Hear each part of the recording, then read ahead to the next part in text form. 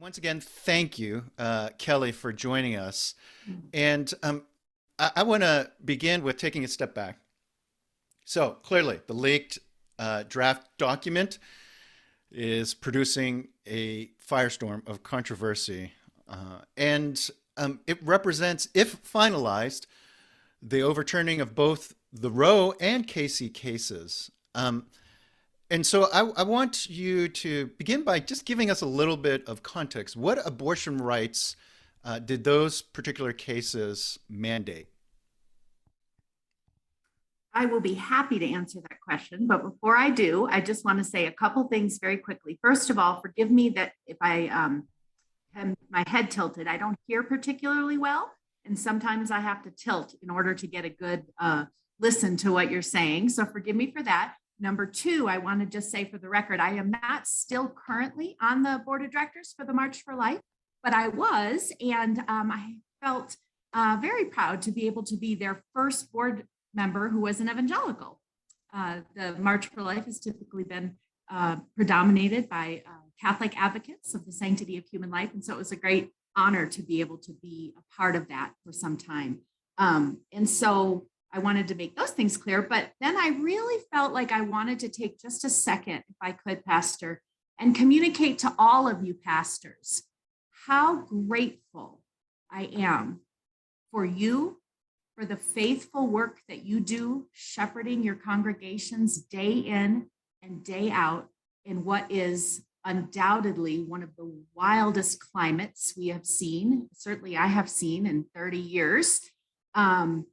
I am just really proud of you all, and I imagine you don't hear that enough. So I wanted to say that. Similarly to the way in which you are gathered here with the NAE, I am such a fan of the way the NAE has represented Christ in the marketplace, in the public policy arena, in the public square, by continuing to emphasize the love of God for every human person. And so whether it's going back to For the Health of the Nation, whether it's your new Racial Justice and Reconciliation Collaborative, whether it's the great work you've been doing on the child tax credit that I know Galen's going to hit, I just wanted to say thank you and encourage you that your voice in this time is so urgently needed.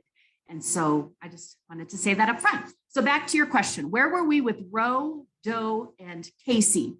Really were the cases that governed our abortion law in this country since 1973. Of course, forgive me because I suspect that many of you know a lot of this already. So to the extent it's too simple, I apologize. If I get too into the weeds, somebody put your hand up and tell me to stop and I'll do that. But basically in 1973, as we know, the Supreme Court decided and found that there was a substantive due process right to abortion in the Constitution. And with its companion case, Doe, also decided in 1973, Doe versus Bolton. Basically what happened was the conversations that were going around this nation about abortion and about how it should be handled were settled with one fell swoop from the Supreme Court. And essentially in Roe and Doe, what the court gave us was a trimester framework that said, government, you cannot restrict or limit or prohibit abortion at all in the first trimester. In the second trimester, only if you have a rational basis for your regulation that is designed to protect the health of the mother. And then in the third trimester, the court in Roe and Doe said, we will concede that state governments have a legitimate interest in the potential life of the fetus. And so some regulation can happen in that third trimester.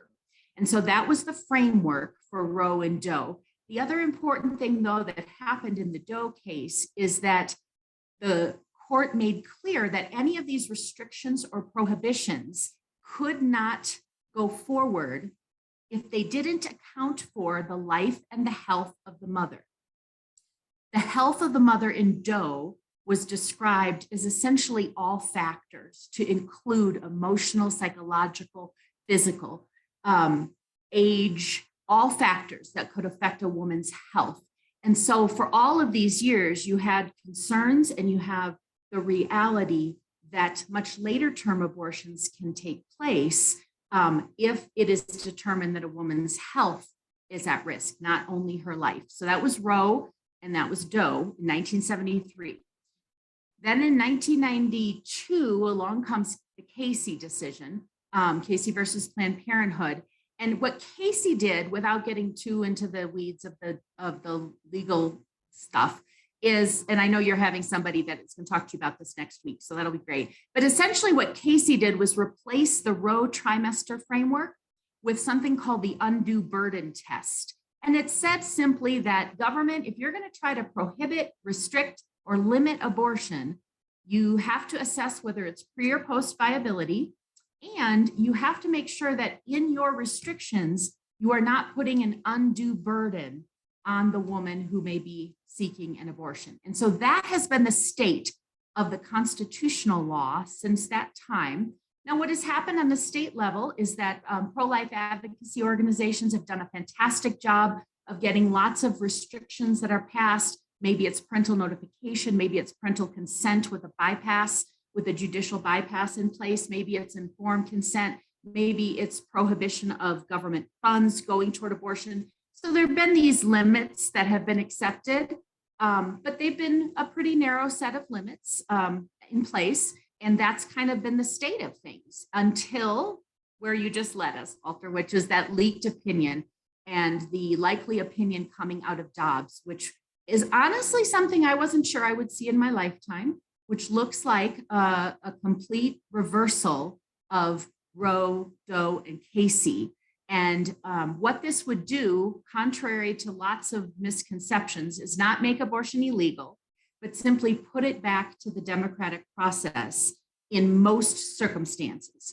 And so let me tell you just, again, at a very high level, the things that could happen, and then you all can get into this, I know, in more detail later next week with your next speaker. But essentially, you could have a wave of possibilities. You could have a Congress that either codifies the protections for women in Roe versus Wade and makes the right to abortion federally protected by statute, or you could have the Congress actually outlaw abortion.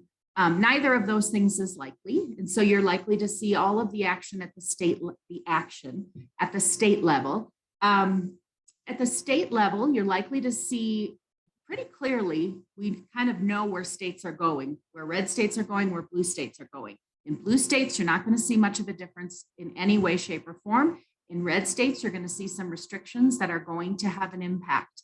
We don't yet know the impact. A lot of people will talk about abortion tourism will become a thing. A lot of people are talking about a potential increase to the number of children in the child welfare systems in various states. We don't know what's going to happen, but it will be different in those states. 26 states petitioned the court in Dobbs to overturn Roe and Casey. And so we have all of that, which will be up for discussion. And again, I know you're going to get into those details next week.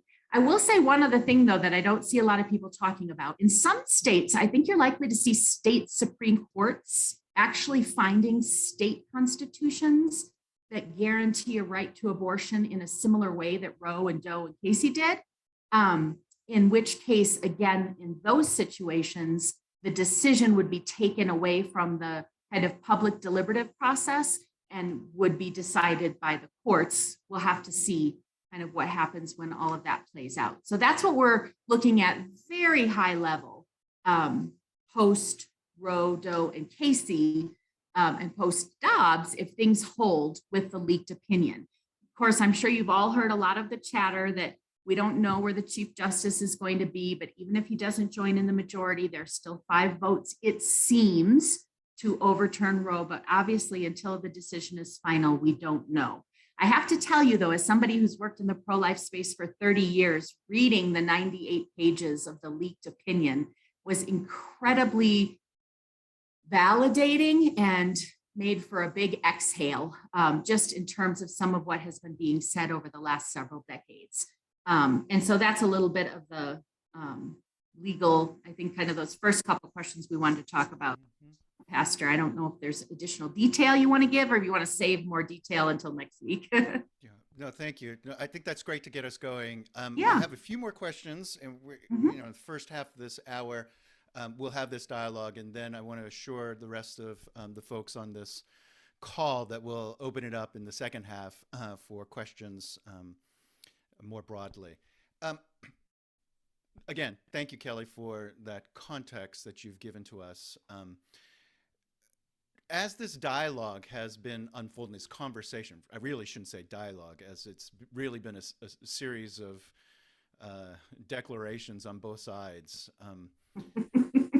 Both pro-life, pro-choice advocacy groups have been producing talking points on how to frame this Dobbs decision and the potential changes to abortion policies. I think evangelical leaders are going to face a lot of pressure to come up with their own statements, maybe to preach on this issue or to give guidance on this issue. What advice would you have for evangelical leaders on how to even talk about these issues? Yeah, I love that question. First of all, I want to say that. Second of all, I want to say that what I'm about to say to you is simply my opinion. And it's going to probably be quite different than a lot of the opinions that you may hear.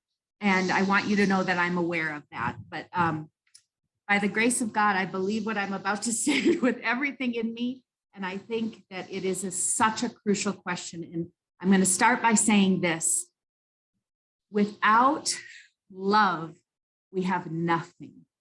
And so I know that you all know that more than anyone I could be talking to. And I just want to encourage you in that, pastors, that as you maintain your shepherd's heart for your people, for those 1 in 4 women in your pews that either already have or are going to have abortions, that you keep the love of Jesus central to everything you say about this topic.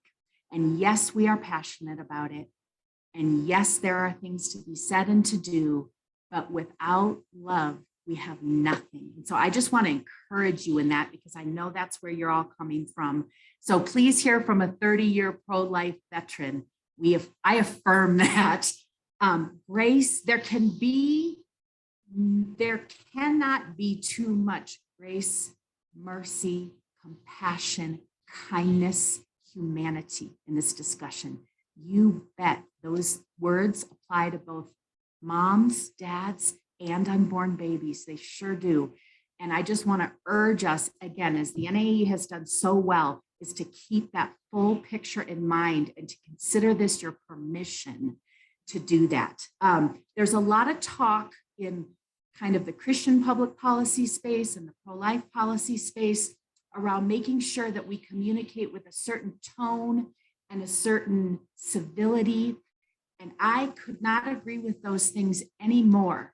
But I want to say this, those things can never be a tactic. It just has to be where we're coming from our hearts. And so for the people in the pews that have been waiting for this for 30 years, they need to continue to express love for the mom who is in an unthinkable position many times. For those who really are uncomfortable and scared about where we're headed post-Dobbs, they need to maintain their heart of love from Christ as well, because what we're working for is life and justice for mom and baby. And so as it relates to communication, I guess what I want to say is that if I'm really brutally honest about what I would encourage pastors to do, it's not to listen to the professionals on both sides of this issue, frankly, but it's to, as I know you do and you are, be before the Lord and speak with the clarity and charity that I know is going to exude from your heart. And so all the time we're talking about what we want for unborn children, we cannot want that any less, that full life, that abundant life for the moms. And vice versa, just because in some circles it's easy to talk about it for moms and not for babies, we're going to continue to do it for both. And then, as I know we're going to come to, then will come the practical opportunities to essentially put our money where our mouth is and to be willing to provide to women facing unexpected pregnancies what they need in order to choose life for their children. And that is going to be so key. Let me give you an example of what I mean by avoiding the professional talking points, if you will, on both sides. Many of you have probably seen online that a lot of people are expressing concerns about what pro-life legislation might mean for women who are facing ectopic pregnancies or miscarriages. There are two ways to respond to those kind of concerns and inquiries that are everywhere, by the way. I'm sure you've seen this. You're on social media. It's being talked about everywhere. There are two ways to respond. One is, and both have some truth to them, so hear me out on this. One of the ways to respond to that is to say, well, that is just such a canard from the pro-aborts, and they know full well that protecting babies from abortion does not mean those things. They know exactly what they're saying, and they're trying to dupe the whole wide world. Okay, you know what? There is some truth to that. There is absolutely a realm of professionals coming from an abortion rights standpoint who do know those things, who do twist arguments, and who do engage in hyperbole and mistruth. That's true, okay? And we can acknowledge that. However, here's the other way to handle it. Those are really good questions. And as shepherds and as pastors, we care for moms who are dealing with ectopic pregnancies that could end their lives. We care about those suffering the pain of miscarriages. And those are good, important questions that as pro-lifers, we want to be able to answer. Now, one of the things that's important to acknowledge is that in laws around the country right now, for example, Texas and Oklahoma is two examples. If you look up how abortion is defined, there are specific exclusions that make sure those situations are covered. And you know what? We need to make sure those situations are covered because those are great real life questions asked by real people in our pews, asked by our neighbors, asked by our communities. And so I would encourage us to welcome all of those hard conversations and be willing to embrace those questions with grace and kindness, because even though there's a segment of the advocates who are using it for nefarious purposes, the regular people we have to minister to and communicate with, they don't know that. They don't know anything. They're not deep in the weeds in any of this. And so, but you know what? A lot of them have had ectopic pregnancies. A lot of them have had miscarriages. And a lot of them, it strikes them as very reasonable. And I want to say something else.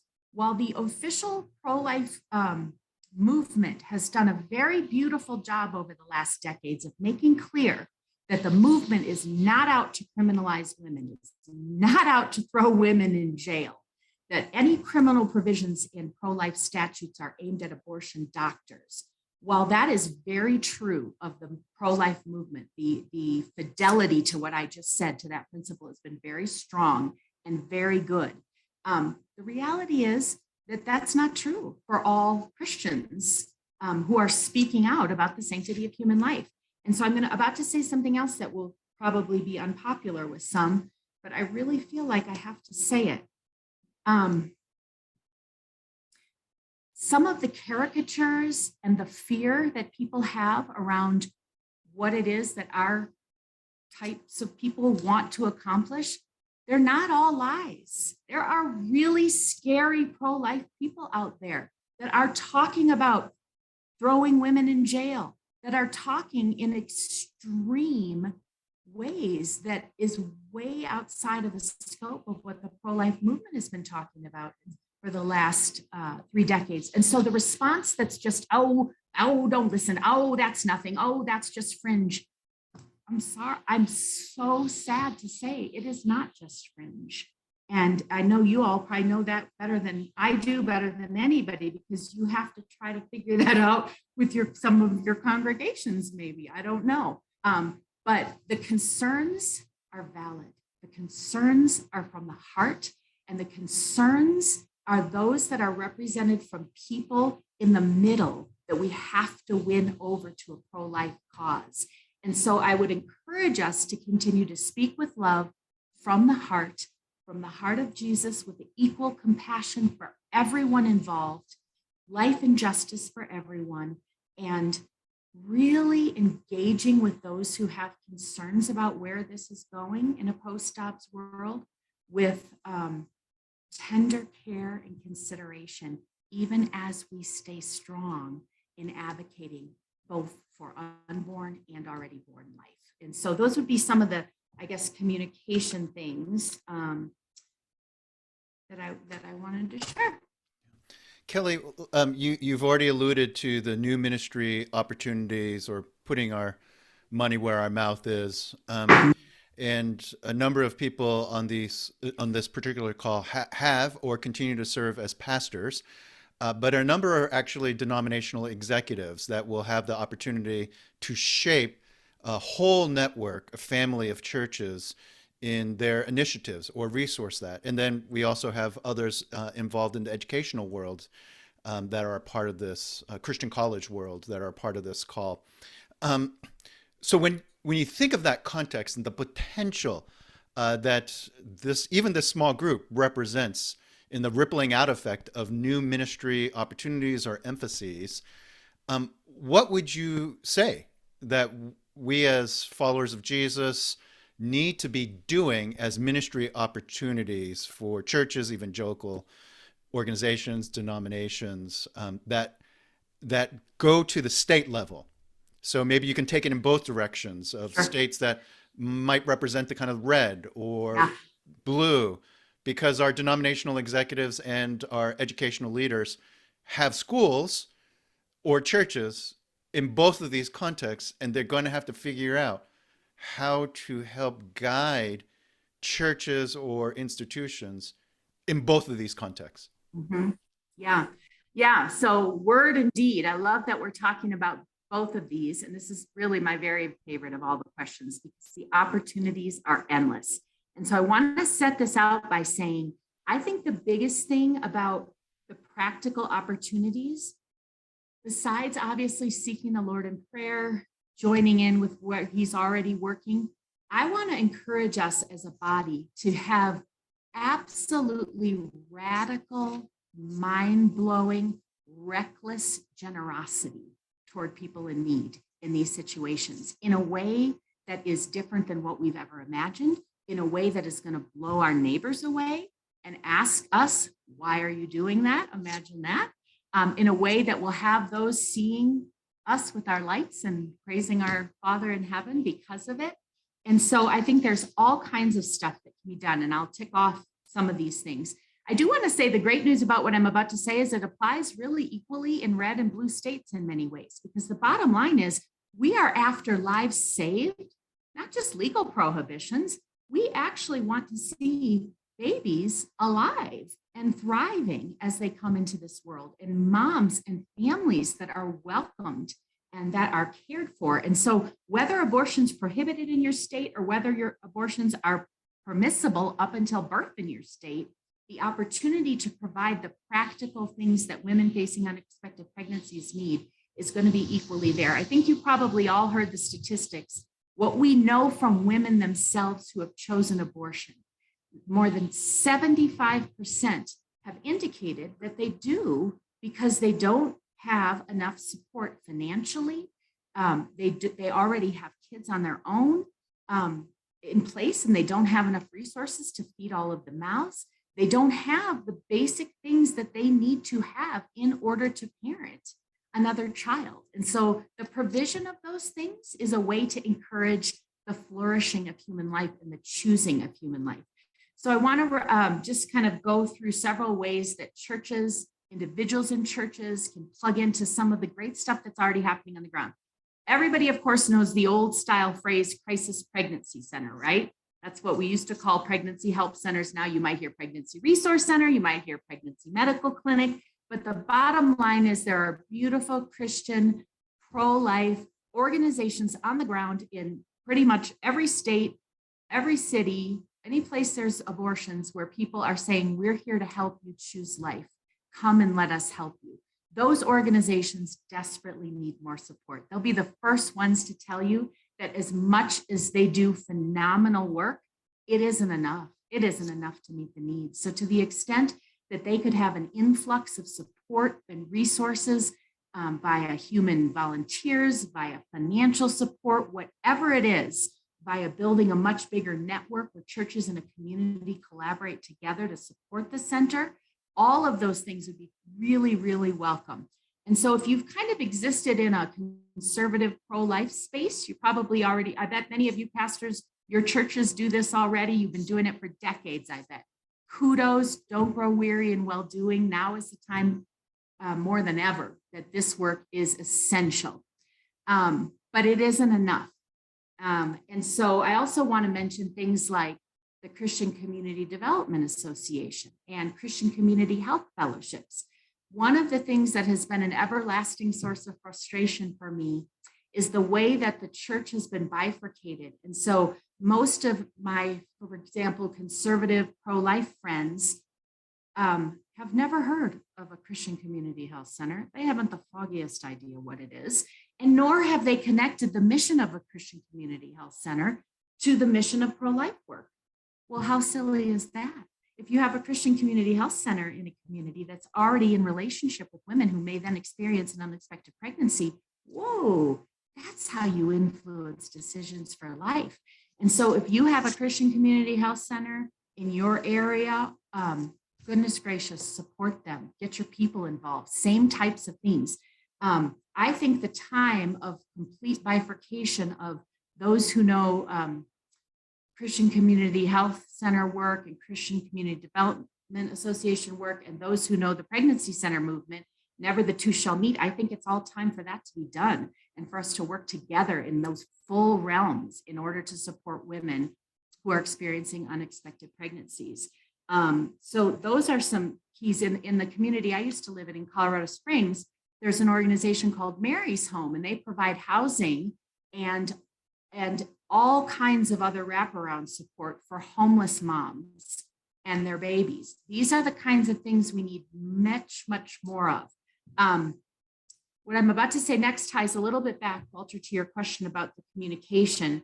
One of the things that's frustrating to me about the communication around some of these things is you have a lot of Christians who are very anxious to make sure to speak out and describe the good work that has been going on. And that's fair and that's important. Great work has been being done. But again, it is so small on the scale we are going to need if abortion is going to be illegal in the state of Texas. It is very small if we are going to actually influence women in California and New York to choose life where their states are going to remain the same legally, if not even broader than Roe. And so the opportunities continue to be there. Again, I feel badly for you pastors saying this to you because you're like, welcome to our world. We need the people in our pews to become active and to live their lives for Jesus and not just for themselves and which restaurants they're going to and which movies they're going to see and do those things. We need to live lives of sacrifice for the Lord. And I know that's what you are discipling people to do. I would just say that this now gives us a chance like we have never had to really do that work of putting our money where our mouth is and to love people in word and deed and to give self-sacrificially and with joy and from a place of love. And I do believe when that happens, we will see significant changes in hearts and minds and people open to the gospel of Christ.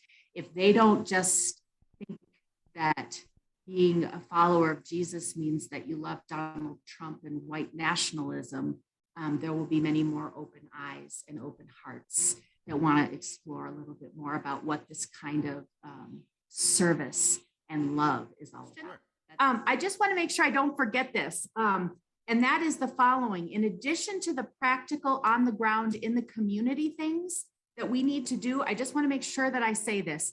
I think it is more important than it has ever been. And the NAE is poised to do this better than anyone. For us to be people who say, you know what, we've lobbied for life for unborn children. Now we are going to put equal fervor and equal commitment and equal passion into making sure that that mom who just had the baby because abortion's illegal in her state has health care for her and baby. And so to be advocates. I don't care. Everyone's going to have a different opinion about how it gets done. Maybe you like Medicaid expansion. Maybe you like high risk pools in your state. There are different mechanisms for accomplishing the same thing. We got to get to be people whose passion includes making sure that mom and baby have access to health care. And we need to be the people leading to make sure that when that mom has her baby, she is not having to go back to work in 2 weeks because we don't have any paid family leave. And so I would just say that this has got to be both public-private. This has got to be both boots on the ground and public policy that maybe stretches people outside of their former paradigms about conservative ideology and liberal ideology to just go transcend that and say, what is going to support the well-being of children and moms and dads and families, and being willing to work across formerly very bright lines and making those things happen. I have to say, this is something that is such a fantastic opportunity because policymakers have not seen this. Right out of law school, my first 2 jobs were working for elected officials. And again, it was just a never the two shall meet. I knew my people who were coming in to lobby my senator about life. And then I knew the people who were coming in to lobby my senator about justice related things. And again, never the two shall meet. And so I think the time is now for us to be people who say, yep, we do support the right of that child to live, and we support the right of that mom and that same baby to access medical care and to have time, for goodness sakes, for bonding. We haven't even begun to get into child welfare implications, but most of my last 20 years have also been spent both personally and professionally dealing with kids in foster care and adoption from foster care. My husband and I adopted our 4 kids from foster care, and the number that it does on kids who've experienced in utero drugs and alcohol, who've experienced birth moms at the time being stressed out of their minds from an unexpected pregnancy. Oh, mercy, those things imprint a child for life. And while we can love those children up in Jesus' name and teach them everything about the scripture, there are physical damages that have been done to those kids who've been abused and neglected and abandoned. And those things last for their lifetime. And so there's just a lot of opportunity there as well. So anyway, sorry, I just wanted to make sure that I say that I don't want to be one of the people that says the only answer is strictly on the ground at the church level. I'm not one of those people who believes it's the church's responsibility to provide health insurance. I personally am very opposed to that. Churches don't know anything about risk and actuarial science. So I think we can be people who blend and do it both, again, as the NEA has done so well over the years. So thank you. Thank you, Kelly, and thanks to all of you for joining today. As we've heard about a number of public policies, in addition to policies directly about abortion, and we'll be talking about those more next week, next Thursday at 4 Eastern time. But there's one particular policy that we've endorsed as the NAE, as a board, that is currently in play that I think could be quite helpful. I just want to mention it. The child tax credit is a part of our tax code that supports families. And at present, last year, it provided a benefit of $3,000, a tax credit, for every child up to age 17. And if for children below 6, it was $3,600. That expanded benefit expired in December because Congress did not renew it. So now there's a $2,000 benefit, which is still helpful, but not as helpful. So we have been advocating with Congress to restore the improved benefit at $33,000 or $3,600, and also to make it available to the neediest families, because ironically, the benefit goes to middle-class families in total, but the lowest income families only get a part of the credit, which is kind of backwards to our way of thinking. So I put in the chat a link to a letter which you're welcome to register on NAE's advocacy site and then send that letter, but you're welcome to write your own as well. What's really attractive about the tax credit, it supports families and even prospective parents who may be considering an abortion. If they know that there's going to be some support there to help them, it's one of the things that could help them to make the decision to choose life, and then it's there for them as they need it, as they shoulder the burdens of parenting. Our tax code supports many things: home ownership through interest, mortgage interest deduction, and so on. What could be more important than supporting families, pro-life, pro-family? But particularly your senators need to hear about this now, because they're the ones that need to act to restore the benefit. So I commend that to you, and invite you back next Thursday at 4 p.m. We'll be hearing from David French, talking specifically about various types of legislation that may be considered at the state level, and how we as Christians and pro-life people and churches can weigh in those state level discussions in the most helpful ways. So Walter, you can give us the closing. Yes. Again, thank you. These are complex times. There is a moment of opportunity for us not only to address this issue of the sanctity of life with respect to the Dobbs case, but to situate it in a comprehensive witness of the gospel to the whole person, and to whole families, and to whole communities.